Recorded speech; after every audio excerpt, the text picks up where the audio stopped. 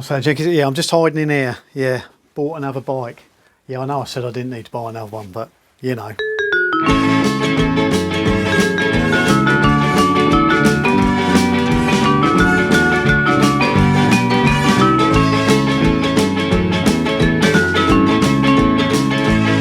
Hello, welcome to Tweed's Garage. In this video, we're looking at the latest addition to the stable. Yeah, I know I said I wasn't going to buy any more, but you know, it's a cutie.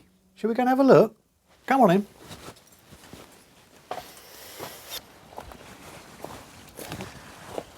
So, do you want to see it?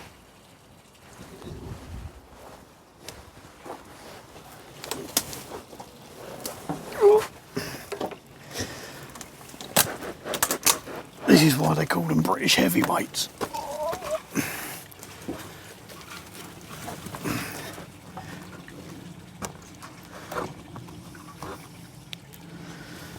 There we go. I'll let you take it all in.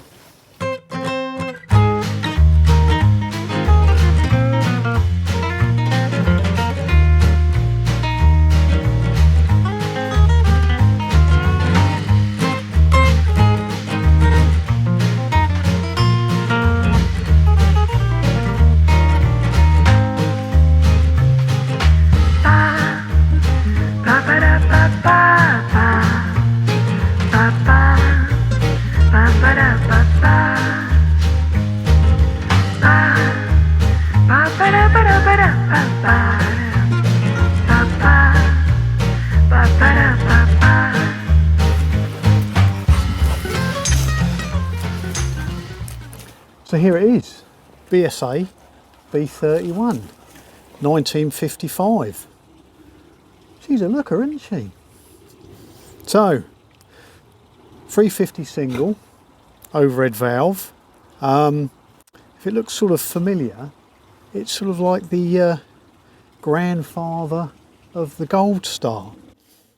Very similar engine, apart from the Gold Star had aluminium barrel and head.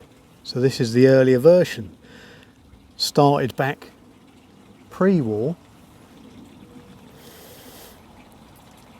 as a hardtail, and like a lot of the British bikes, gradually went on sort of to become a, I think it was a plunger frame on here. Triumph went to a Springer rear hub, and then up to this you get a swing arm, shock absorbers on the back, you know, more traditional with modern bikes. Yeah, but here it is. I've cleaned it up, but when I got it, it had been sitting around for a couple of years, so it needed a bit of a clean. So the first thing I'm going to do is give it a wash, and then we're going to do a few little odd jobs, get it up so we can take it for a run. I mean, it's clean now, I've cleaned it already, but you know, you get the idea.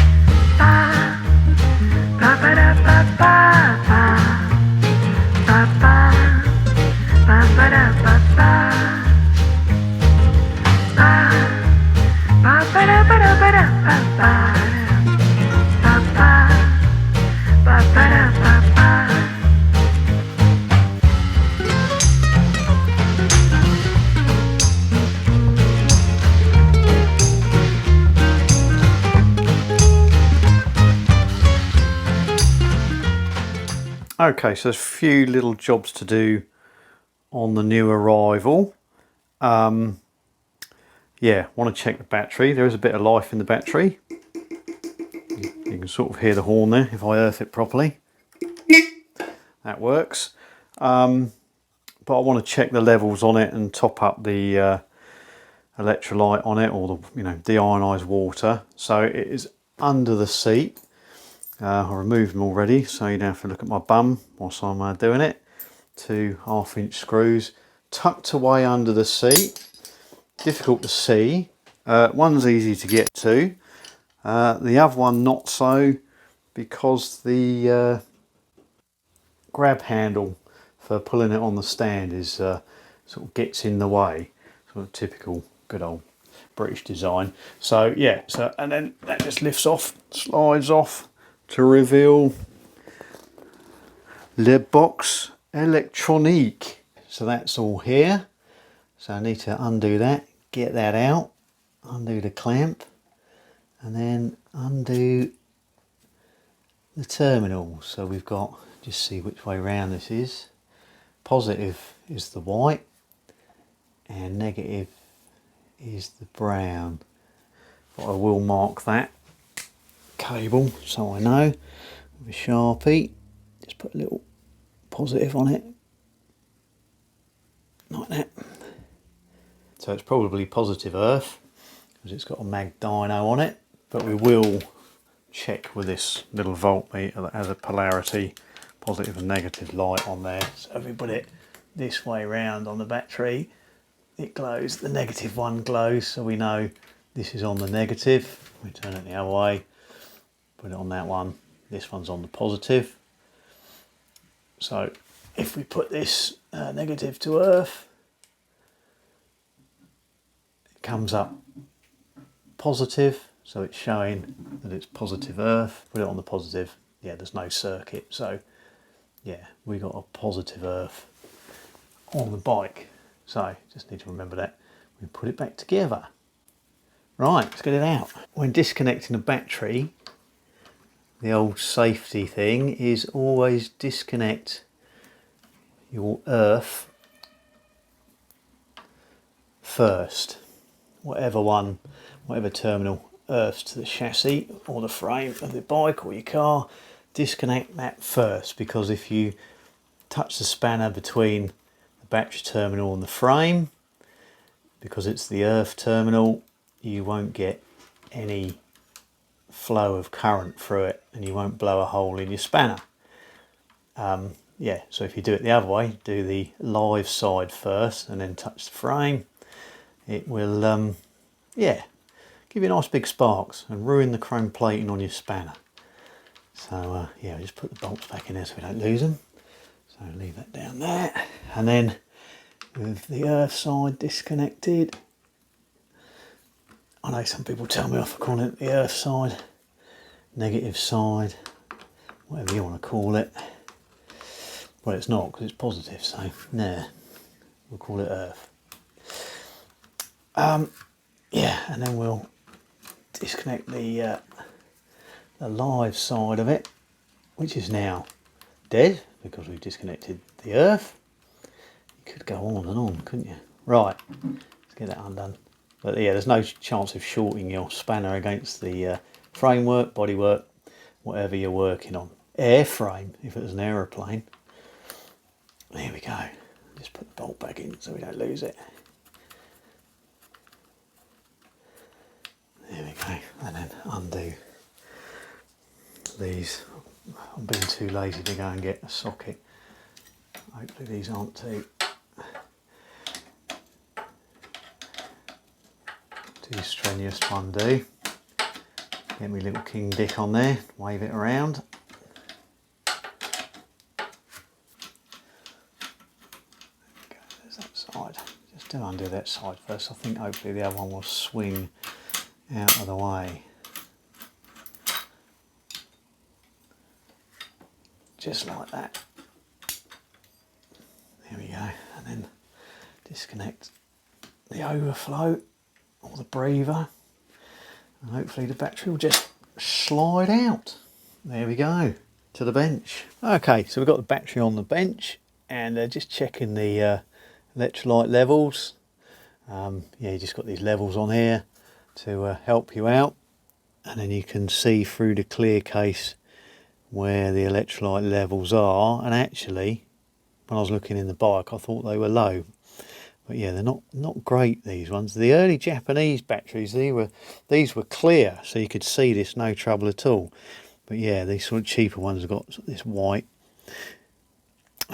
plastic that you can just about see through. So we can see there, yeah, we're on the upper level there,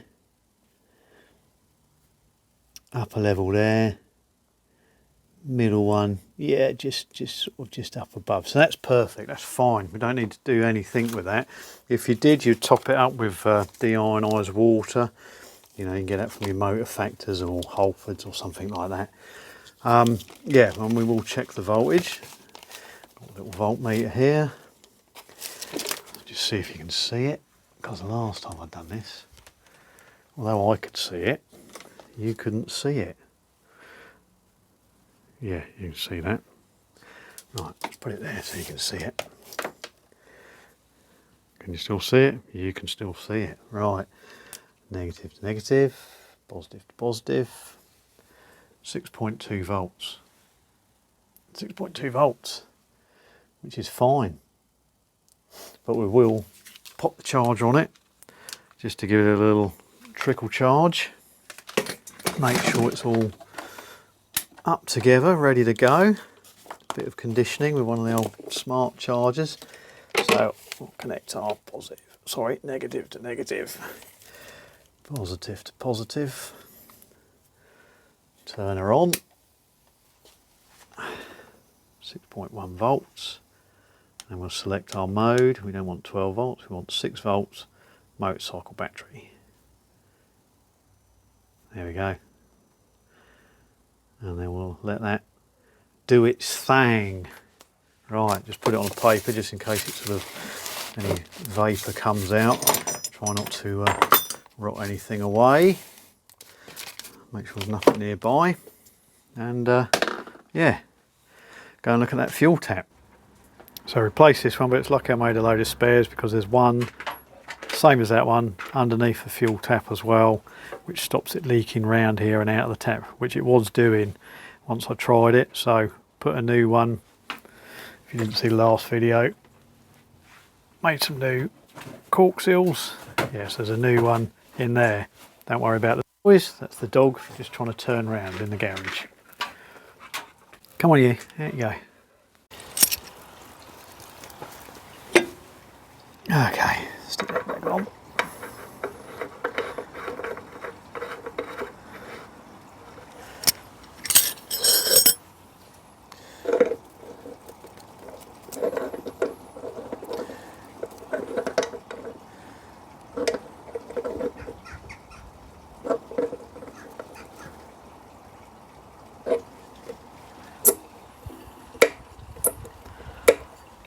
Sounds more tappy.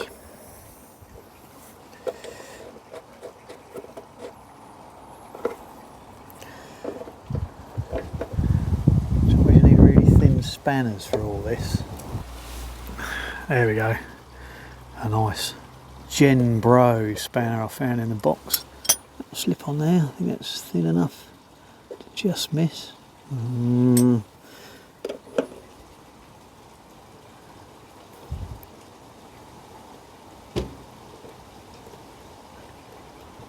Yeah. Okay.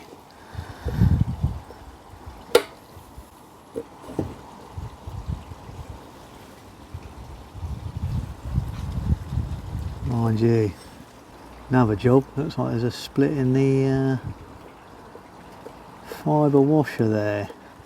Right, spanner count is now 3. No, bigger than that. Nope. There we go. 5th attempt. 3/8 Whitworth. 7/16 F.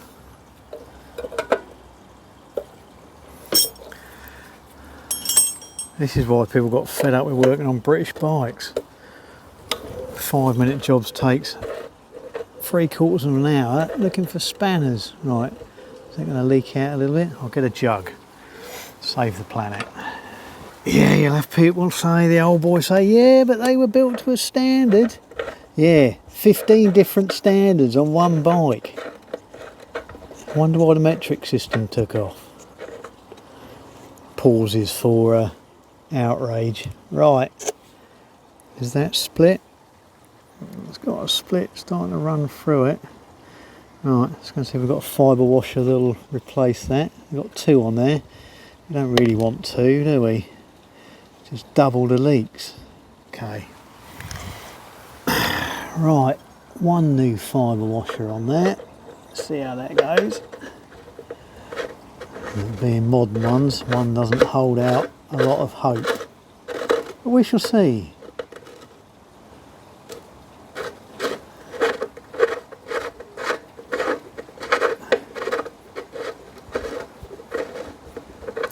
Paint a little digit up there.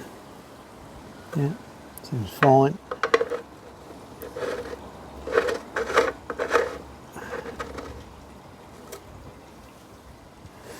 There we go, and nip that up.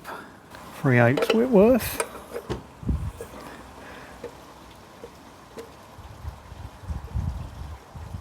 Nippy nip nip. Pop that back on.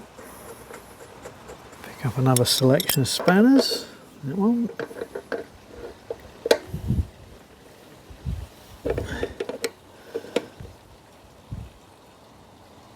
And then we'll have to see how it goes with a bit of petrol in. Hopefully everything will swell up.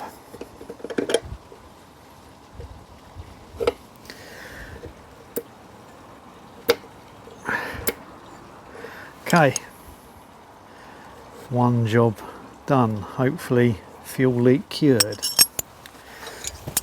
Just going to put me 27 spanners away.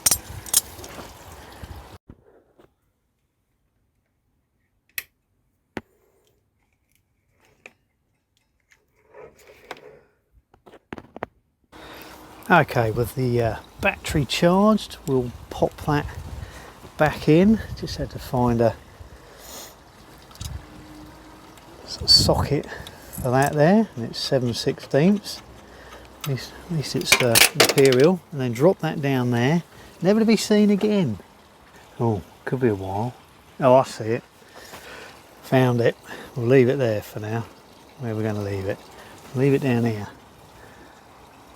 Right, okay, what I wanted to do was change this terminal because, yeah, it's only holding on by, well,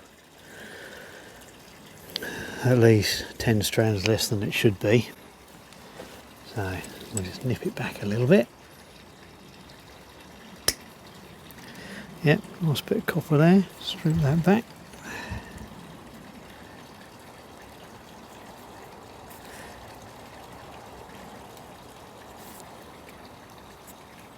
Oh, where are you going? Okay, we're back after using a cheeky bit of wood. Stop it disappearing into the earth. There we go, clean bit of wire.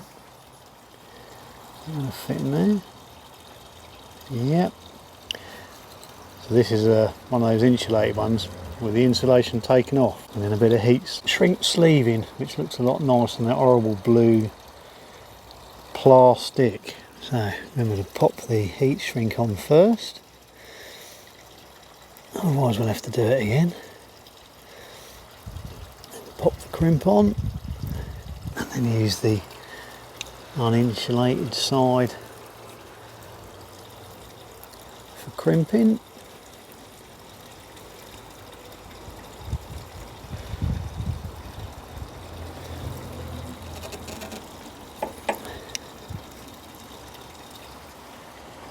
How's that doing? Quite nicely. On there, like that. Big dink in the back. So yeah, miles better than it was. Put the heat sleeving over. And shrink it with just a flame. In this wind, yeah, it's doing all right. There we go, job done. Right, what are these like? Oh, these need doing as well. That one's, yeah, both of them need doing. Right, bear with.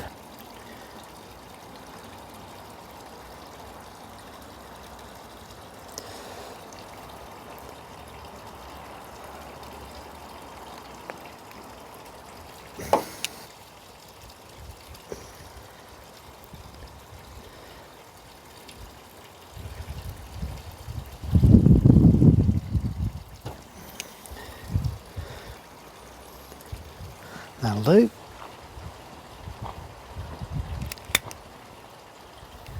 Managed to get the terminals on, got them all done, heat shrink on, battery in. Found that the way the battery was originally, the leads were too short. I couldn't get these ones to go here. Turned the battery around and found that the wires sit perfectly, so I think that's the way it's meant to go round. And then just cut a bit of foam to go under there, and a little bit of rubber pond liner down there just to line the tray, because these clamps are really designed for the Lucas plastic or rubber cased batteries, which sort of have round corners. So a bit of foam there just to take the strain off of these corners, which they've had because all the chrome's come off. So battery in, seat can go back on. When I bought it, I was told something had been disconnected in the headlight because the battery was going, it was draining the battery when something was turned on. But I can't see anything on the back of the switches in the nacelle there. I know the ammeter's working, so that must be connected. So let's just drop the headlight out, have a look.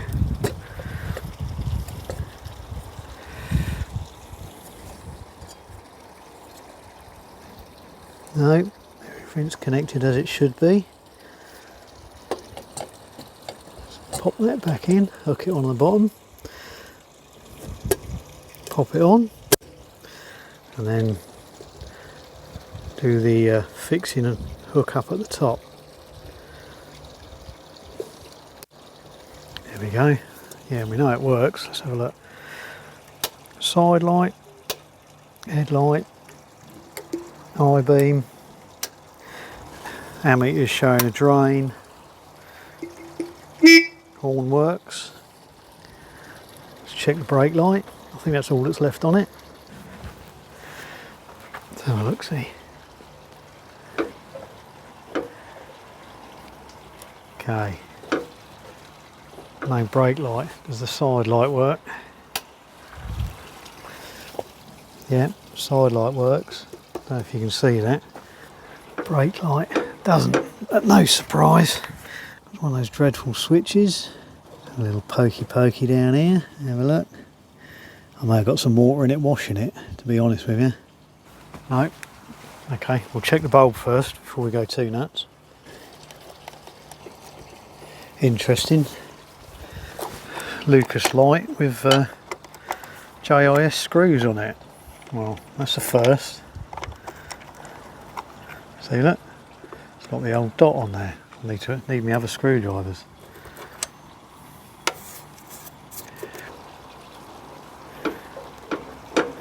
Nope. Right, let's check the brake light switch now. Luckily these are just bullet connections.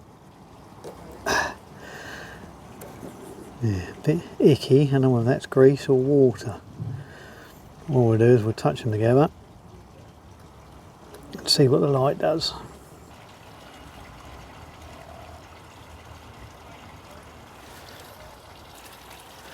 So it appears to be the switch, but what we'll do is just clean these up. Okay, let's try it again.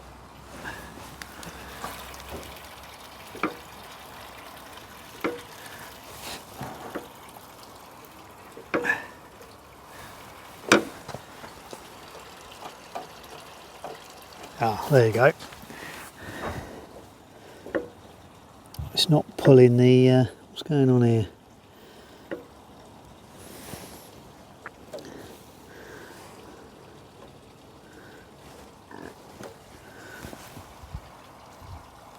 Right, it does work. Well, it works now, but the brake lever's not pulling it far enough. So I just need to tweak that somehow.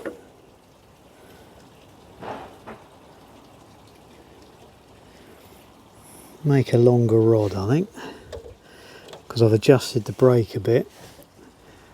I don't want it going too far down, so we'll make a new one of these. So we can keep this one just in case we have to adjust the brakes back. Just a bit longer. Just a bit shorter. So it's just pulling on Just putting on there.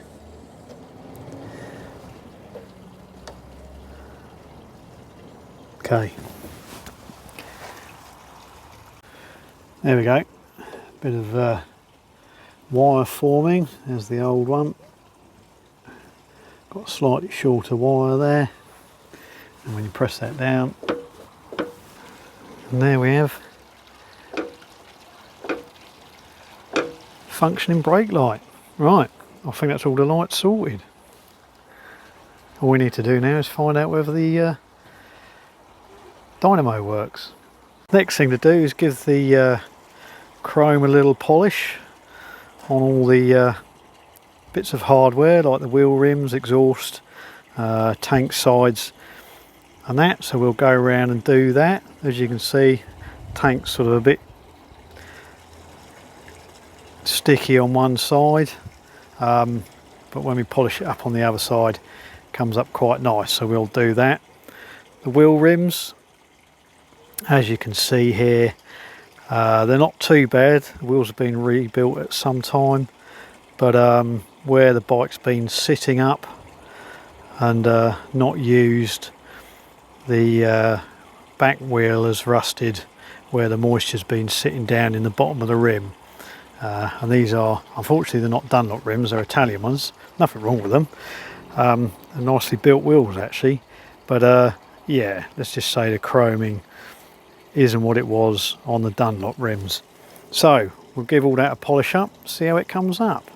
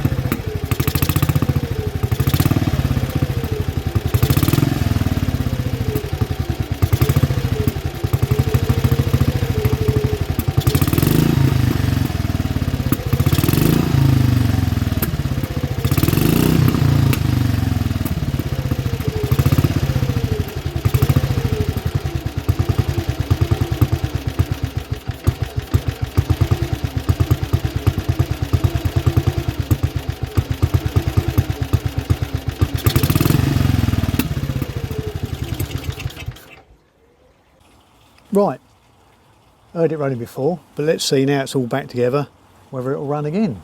Okay, so just turn the fuel on, we'll choke it, flood the carburetor, hold it down a bit till you get a wet finger, like that. No ignition as it's magneto. So drop the choke down and then we'll retard the ignition. Give it a couple of cycles. Up to top dead centre. Decompressor just over. And then get ready for a swing.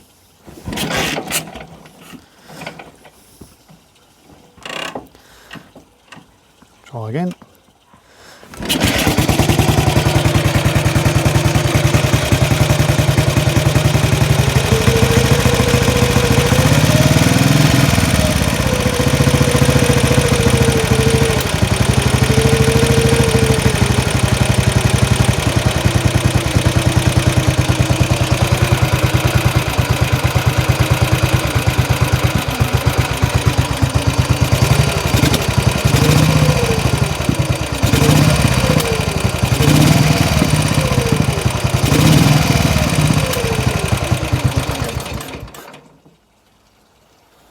Just like that.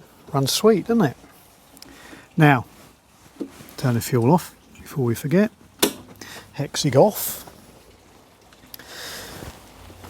I have been out on it. I was going to film it, but you know, new bike to me, all strange, getting used to it. Last thing you want is distractions trying to film stuff. What did we discover? Goes nice. Yeah, surprisingly for a 350 compared to my aerial that I had before. It's a lot perkier. Not sure what cams it's got in it, whether it's got the original cams in it, but these can be fitted with Gold Star touring cams to make them a bit more lively. Yeah, so I'll have to go and have a look through the paperwork, and I've got some bills of the rebuild and stuff like that and have a look. But we had a couple of issues.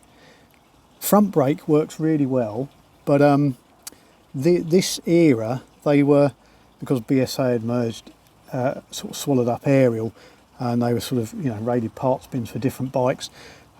These are aerial front and rear hubs. All the tests of the time criticise them, but on this, I mean, it bites.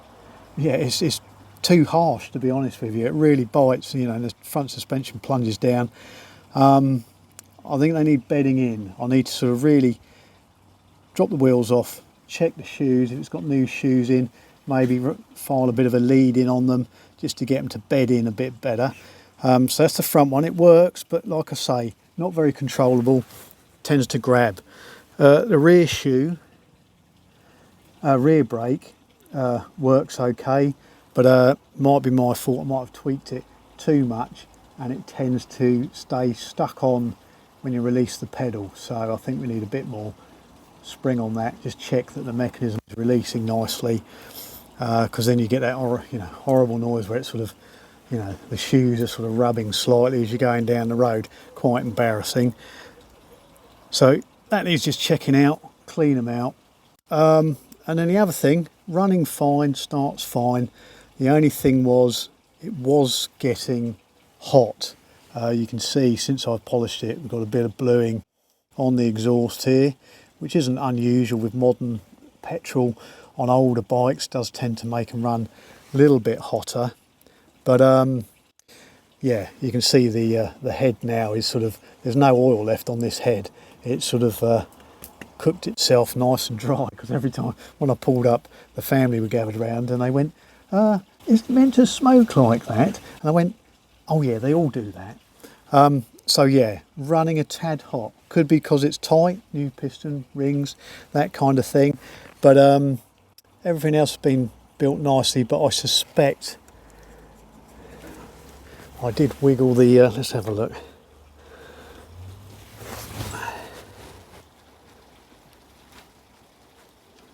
There's a bit of play on the throttle slide, and it is an original carburettor. And the trouble is, blokes will spend a fortune restoring bikes, but they won't, you know, want to keep everything original. They won't fit a new carburettor, and really, they're a consumable item. They wear out, the slides wear out, the bodies wear out. And as you can hear, it pops and bangs quite a lot. So I suspect the slide is worn, and you know, it's running a little bit lean, different throttle settings, which is upsetting it a little bit. So yeah, we might invest. Well, we probably will. I'll check it all out, but I think, you know, you get to a point it's not worth messing about. So we'll go to Berlin Fuel Systems and order a new concentric carb to go on here as they make new ones, and I think it'll be a worthwhile investment. Just makes life easy, you know, easy starting, nice running, not upsetting small children or dogs with it backfiring and popping, especially if you want to sort of turn up later in the evening. Yeah, just to make it a bit more sociable. So there it is, 1955 BSA B31. I will do a riding video once I get it more sorted out, but we will check this carb out definitely, and check the brakes out, which you'll see videos on, and then hopefully we'll get some sort of on bike video for you. All right? Okay, I hope you enjoyed the video. If you did, give us a little like and subscribe, and we'll see you next time. Won't we, dog?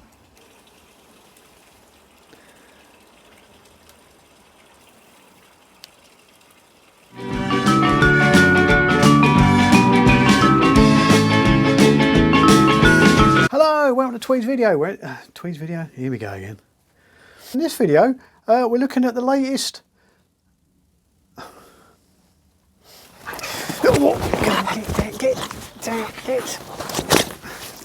Get.